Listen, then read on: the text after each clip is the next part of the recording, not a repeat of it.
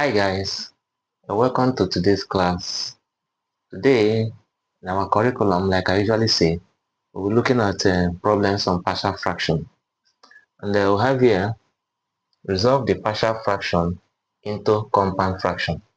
We'll have 2 over s plus 1 plus 5 over s plus 2.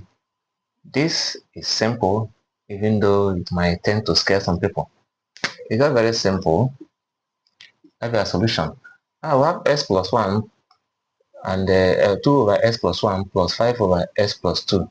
Now we are concentrating on the denominators.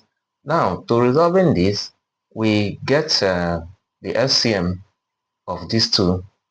So okay, s plus 1 and s plus 2.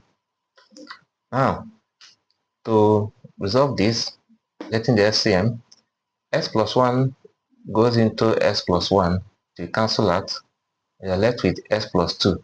Now s plus 2 multiplied by 2, we'll have 2 multiply s plus 2 plus this s plus 2 goes into s plus 2. We'll be left with if you cancel out, we'll be left with 5. We'll left with s plus 1 multiplied by 5.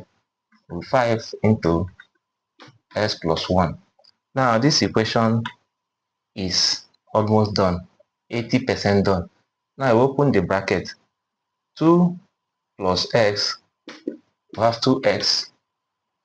Sorry, 2 multiplied by s, we have 2s. 2 multiplied by 2, we have 4 rather, sorry.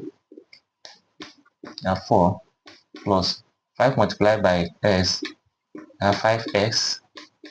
5 multiplied by 1, we have 5. Therefore, 2x plus 5s, we have 7x plus 5 plus 4, we have 9 over s plus 1 and s plus 2. As simple as this. This is the answer.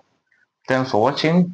Watch out for more problem solutions on partial fraction. Bye.